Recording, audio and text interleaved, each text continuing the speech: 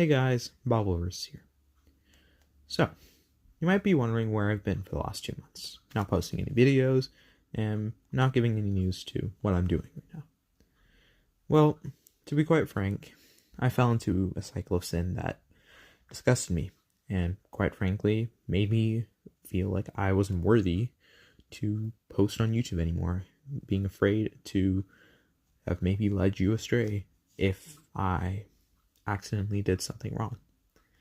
And that fear kind of prevented me and honestly just stopped me from even trying to pick up YouTube again. But God reminded me of a verse a story that made me realize, even though I had fallen into a cycle of sin that was probably my worst yet, where pretty much every single week I would fall, but then repent, and it was bad.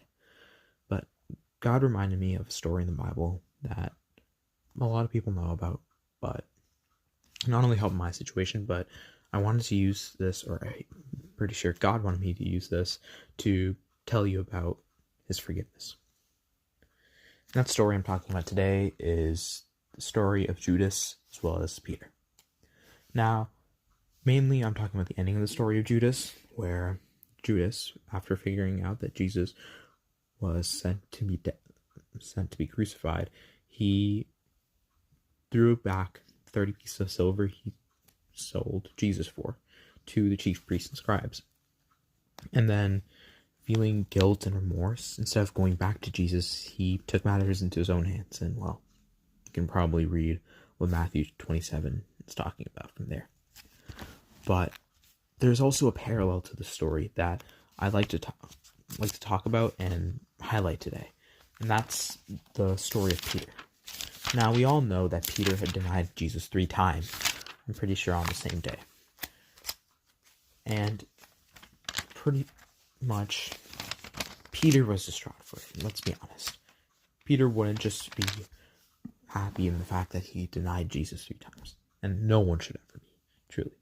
Yet, when Jesus rose again and he came to his disciples, Peter asked for his forgiveness.